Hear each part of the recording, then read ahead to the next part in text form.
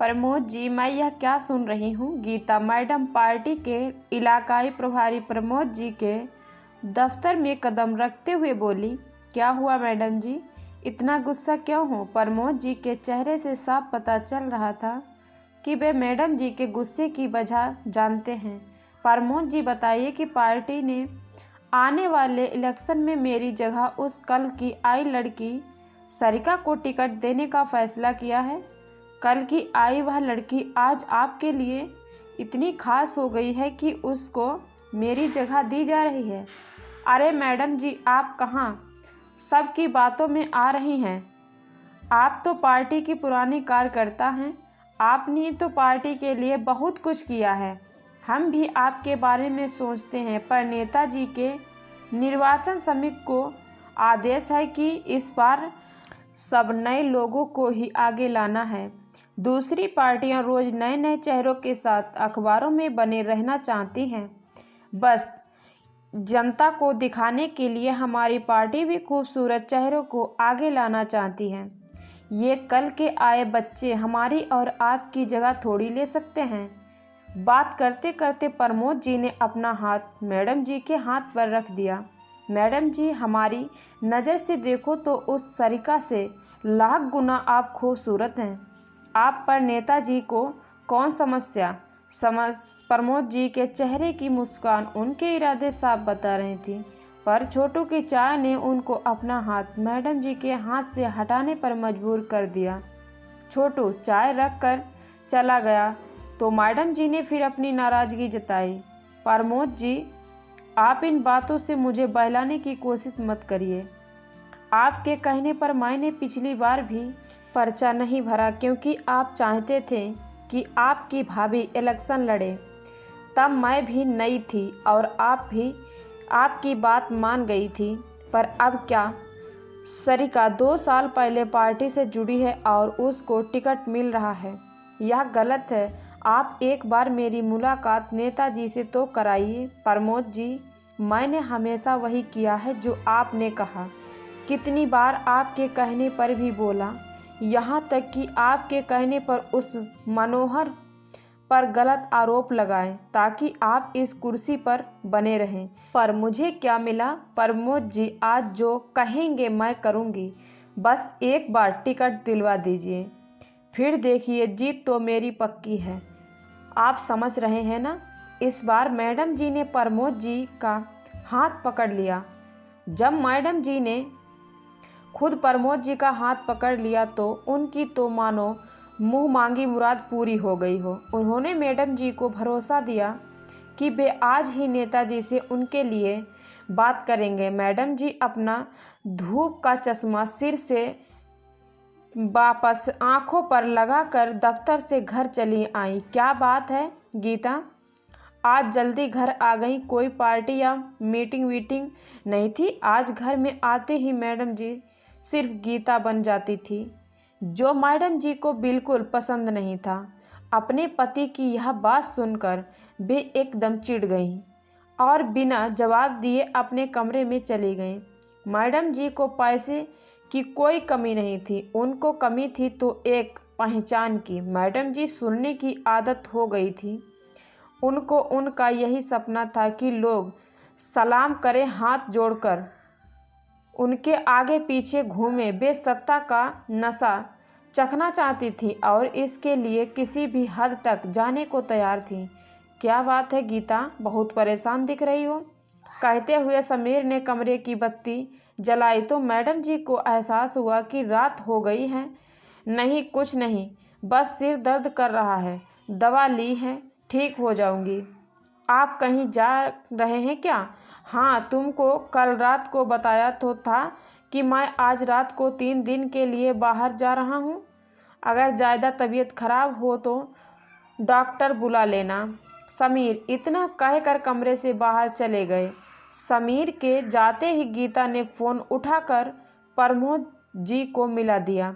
Hello Pramod ji, मैं बोल रही हूँ। क्या नेताजी से बात की। अरे मैडम, मैं आपके बारे में ही सोच रहा था। आज आप गजब की लग रही थी। क्या मदहोश खुशबू आती है। अभी तो घर पर हूँ, कल दफ्तर जाकर आपसे बात करता हूँ। प्रमोद जी के पास से शायद उनकी पत्नी की आवाज़ आ रही थी, इसीलिए उन्होंने फ़ोन जल्दी रख दिया। मैडम जी भी कच्ची खिलाड़ी नहीं थी। सारी रात जग कर उन्होंने सोच लिया था कि आगे क्या करना है, जिससे सरिका को टिकट ना मिले और प्रमोद जी को भी सबक मिल जाए। अगले दिन अपनी अलमारी से नोटों की 3 गड्डियाँ पर्स में डालकर मैडम जी जल्दी ही घर से निकल गईं। सीधे कॉफ़ी हाउस पहुंचकर वे पत्रकारों से मिली। उन्हें कुछ समस्या और एक नोट की गड्डी उन्हें दी। फिर वे एक सुनसान जगह पर 6-7 लड़कों से मिले। नोटों की बाकी गड्डी और एक फ़ोटो उनको दी। थोड़ी देर बात की और तेज़ी से निकल गईं। वहाँ से वे सीधे प्रमोद जी के दफ्तर पहुँच गईं। वहाँ अभी कोई नहीं आया था, बस छोटू सफाई कर रहा था। वे चुपचाप छोटू के पास गईं, उसे कुछ समझाया, उसके हाथ में 100 रुपये एक नोट रख दिया। अभी इंतज़ार था प्रमोद जी के आने का। बाथरूम में जाकर मैडम जी ने पर्स से लिपस्टिक निकालकर दोबारा लगाई और प्रमोद जी का इंतज़ार करने लगीं। दफ्तर में मैडम जी को देखकर प्रमोद जी पहले थोड़ा हैरान हुए, पर वे मुस्कुराते हुए बोले, मैडम जी आप इतनी सुबह सुबह? बस क्या बताऊं प्रमोद जी, सारी रात सो नहीं पाई। इतना कहकर मैडम जी ने साड़ी का पल्लू सरका दिया और बोली, अरे यह पल्लू भी ना, माफ़ कीजिएगा। फिर उन्होंने अदा से अपना पल्लू ठीक कर लिया।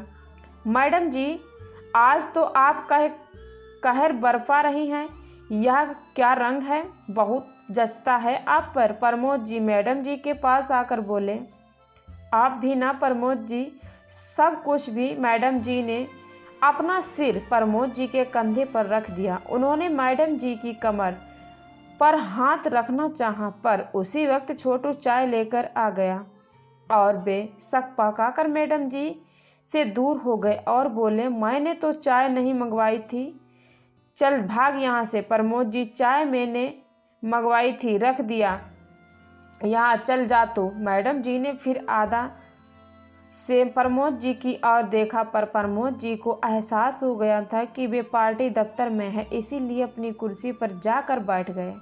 मैडम जी खुश थी कि छोटू एकदम सही वक्त पर आ गया।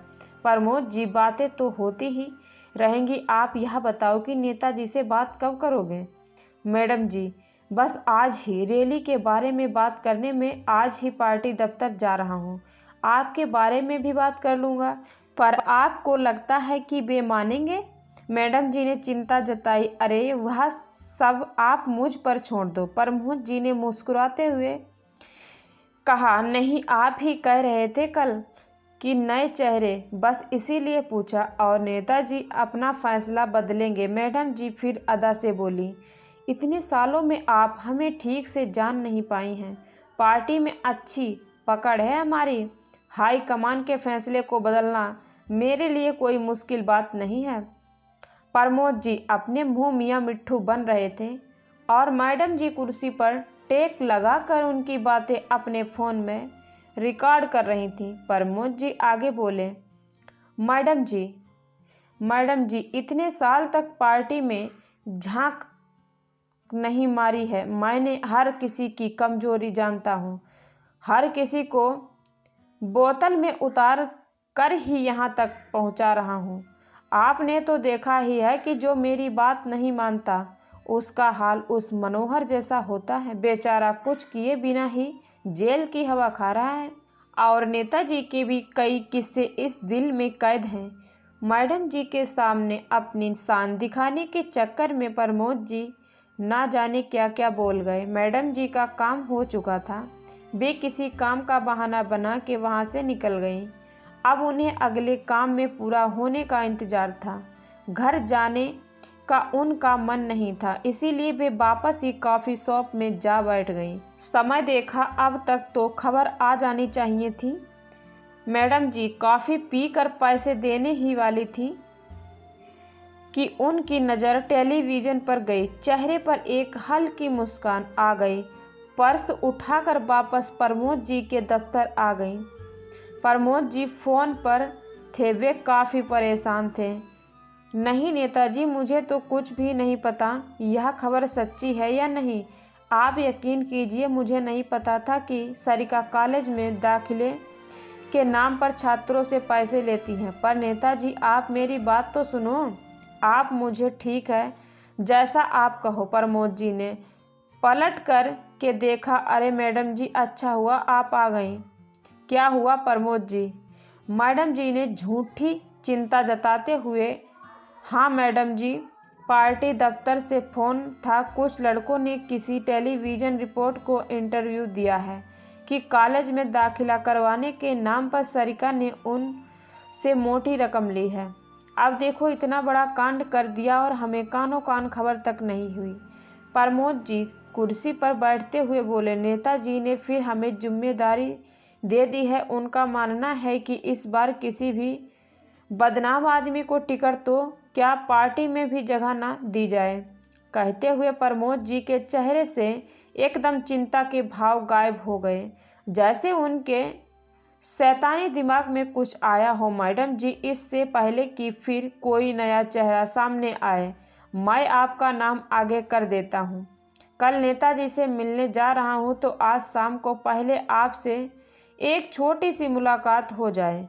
दफ्तर के पीछे वाले मेरे प्लाट पर। प्रमोद जी की बात सुनकर मैडम जी फिर मुस्कुरा दी और बोली, प्रमोद जी, नाम तो आपको मेरा ही लेना होगा और कान खोल कर सुन लो। अगर मेरे बारे में कोई गलत ख्याल मन में भी लाए तो आप भी इस पार्टी में नज़र नहीं आएंगे। अब ध्यान से मेरी बात सुनो। जिन लड़कों ने सरिका पर इल्ज़ाम लगाया है, वे सरिका के साथ साथ आपका नाम भी ले सकते थे, पर मुझे इस पार्टी में लाने वाले आप थे। मैंने हमेशा आपको अपने पिता जैसा माना है, इसीलिए अपनी परेशानी लेकर मैं आपके पास आई हूँ। और आप मुझ पर ही गंदी नज़र रखते हुए शर्म नहीं आई? आपको इतना कहकर मैडम जी ने अपने मोबाइल फ़ोन में अपनी और प्रमोद जी के बीच हुई सारी बातों की रिकॉर्ड उन्हें सुना दी।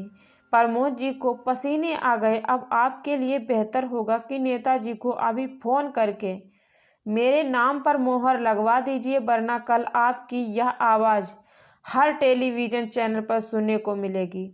मैडम जी पर्स संभालते हुए तेज कदमों से कमरे में बाहर निकल आए। शाम होते होते मैडम जी खास कार्यकर्ताओं वे उन्हें टिकट मिलने की बधाई देने में फ़ोन आने शुरू हो गए। दोस्तों, कहानी अच्छी लगी हो तो लाइक शेयर कमेंट ज़रूर करना। चैनल पर नए हैं सब्सक्राइब ज़रूर कर देना प्लीज़। धन्यवाद।